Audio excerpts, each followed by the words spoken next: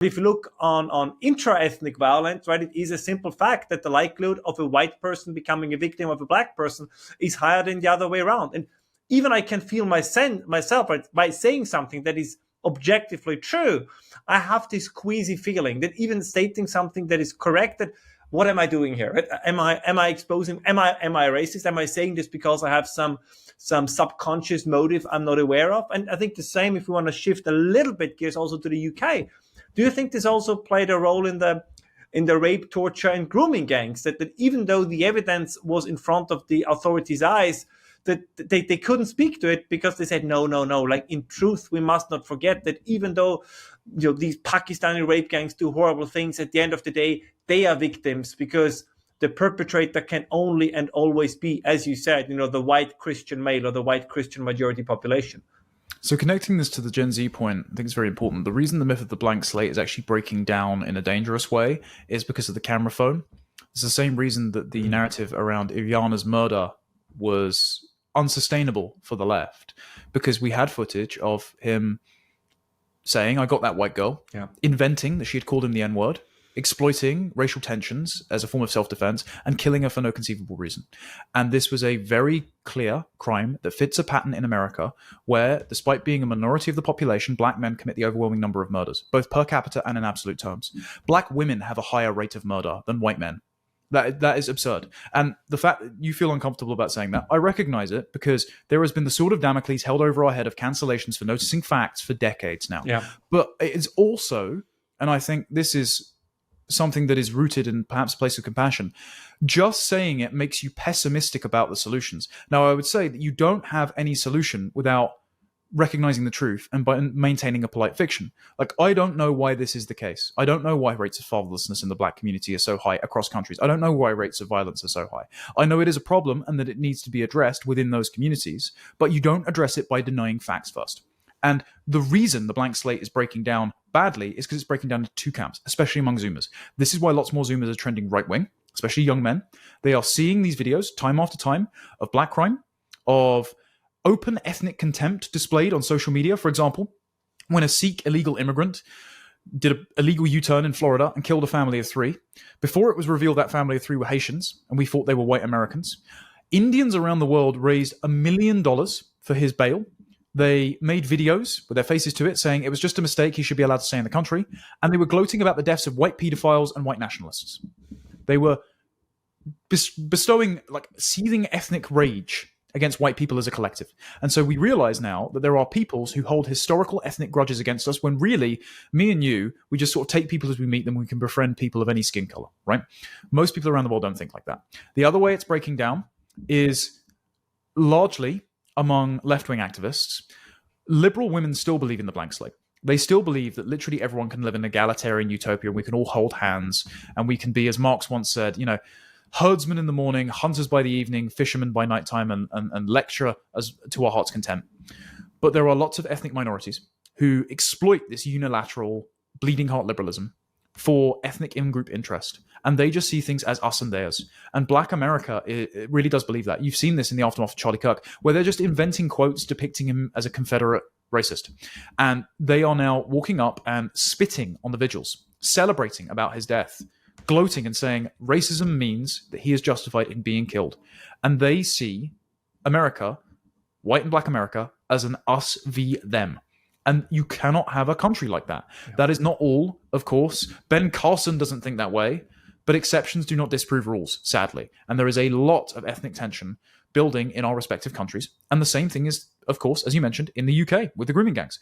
This was a racial and religious aggravated crime. They branded women they branded children with M for Muhammad. They nailed their tongues to tables. They inserted bottles of boiling water inside their orifices. So they did this because they called them white slags, white whores. Young Asian, Pakistani, Muslim men were quoted by pro-Muslim organizations blaming pornography for why white girls should be denigrated. It was in a 2013 report with the Muslims Women's Forum or something like that. In 2016, the head of the Ramadan Foundation said that the Pakistani community knows about this, but they hide their heads in the sand because they don't want to be, quote, seen as siding with the white enemy. It is an us v them mentality. This is something that Taj Hargay has said is preached in the mosques and madrasas. They see the girls as no better than chewing gum on the road. They see them as worthy of abuse because they don't share their ethnicity, they don't share their religion, they are outside the ummah, they dress immodestly by Muslim standards. This is why people smuggling gangs advertise on TikTok, on Instagram. Until very recently, the government have been cracking down on this. But it was the case between 2023 and 2025 when I broke the story. They were filming girls on nights out, drunk, in states of undress by Islamic standards, and cutting them with footage of men breaking over the channel, breaking under the border fence into Poland, burning down churches in France, depicting Europe as a place where you can plunder and sexually assault white women to your heart's content. And that's the reason men were paying people smugglers to come over from the Islamic world into Europe. They see our women and girls as an ethnic outgroup ready for sexual exploitation by the men who are violent and go-getting enough to go do it. And what we are realizing is we cannot live with people that think that way. We can live with the handful of people from other cultures and other countries who come over and join our national tribe and think like us. But that is not the majority of those countries. Otherwise, those countries would be indistinguishable from our own. And unfortunately, thanks to ideology, thanks to the infection of liberal young women, and in Tyler's case, liberal young men caught in the spell of perverse fetishes and trans ideology, that is increasingly the case for lots of people in our own societies. And so what do we do about that? Honestly, I'm worried. The only thing you can do is fill asylums with people who are mentally deranged to the point of violence and hope to rehabilitate them and reintroduce them back into civilization. Pursue a kind of post-1945 Japanese de-radicalization program that worked in Japan. It wasn't nearly as punitive as the denazification program was to, for example, innocent children in Germany and Austria. Or, unfortunately, you're going to have to bring back the non-violent punishment of the ancient world of banishment, because you cannot live with people who wish to do you harm and are not willing to listen to reason. There is only one side promoting violence, and the other side who want to be left alone and live in peace and have wholesome lives and families without being shot to death in front of them. They should not be made to live like this.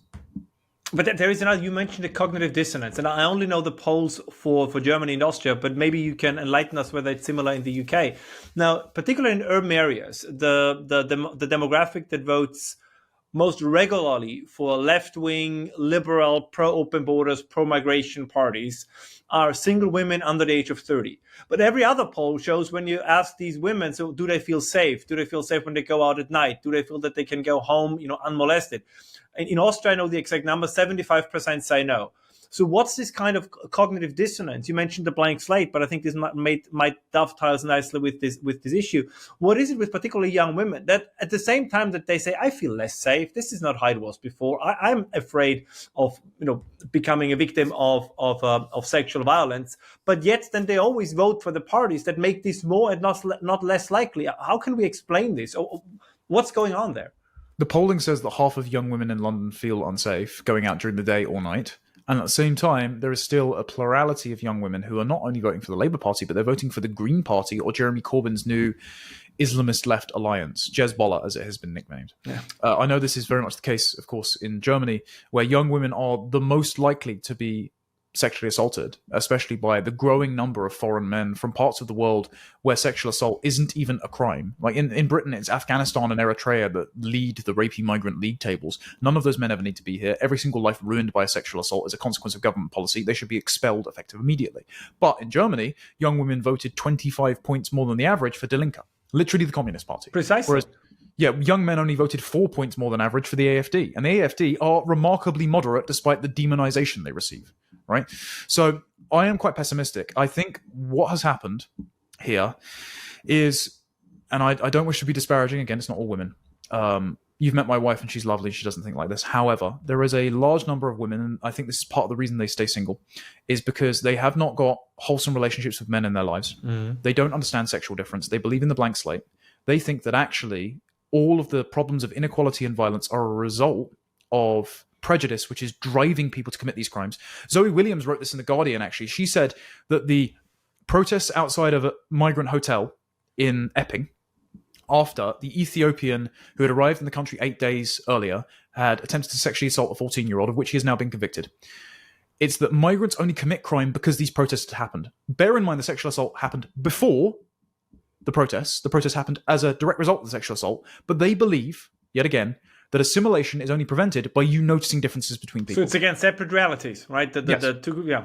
Yeah, it's entirely that. And so this cognitive dissonance prevents many women, from drawing the conclusion that dumping men from the third world, where women and children are mistreated as property and chattel, into your country will result in their unsafeness.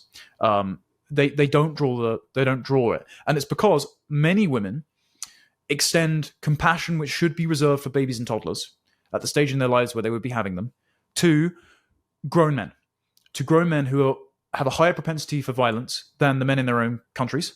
And because the men in their own countries have had access to the same liberal education that they believe they've benefited from, they hold a higher standard of behavior to those men, white, European, Christian men specifically, and they hold lower expectations for men from other parts of the world. And they believe that if those white Christian men just lower the flags of their own countries, self-flagellate, and provide a few more classes on women's rights and consent to the men from the other parts of the world that do not see women as equal human beings, then everything will be fine. Everyone will be equal. Everyone will be equally peaceful. And it is delusional and deranged. And so what I think is going to happen from here on out, and I think this thought came to me when I was watching a video from the Charlie Kirk vigil, where a guy went by on a scooter shouting F Charlie Kirk, and then got into an altercation with a group, and then the group descended on him, beating him up, basically. There was one or two women in the background of that video yelling, "Stop, no, stop it." And the crowd didn't listen. And I think what's going to happen is, and I don't want any violence yet again, I must reiterate, I'm not calling for this. I'm merely predicting it if things do not change. Politics is going to get a very ugly place. Lots of women are distanced from the physical violence that they have been encouraging, especially in the aftermath of the death of Charlie Kirk, because they are not going to be the ones that are engaged in violence if some kind of armed conflict breaks out. When conflict breaks out, or the preventative action to prevent conflict from breaking out is carried out, for example, deportations, arrests, people going hungry because their leftist patronage networks have been dried up, women need to constrain their instinct to occasionally spend the currency and compassion in places that it is not warranted. Because giving compassion to the vicious is a cruelty to the innocent. And you should reserve your compassion and your protective instincts, which we love and cherish as part of sexual difference. You should reserve it for the innocent who deserve it, which are children, the sick, the needy, and those who have fallen on hard times through no fault of their own. Do not give it to demented leftist activists who want you and your loved ones dead.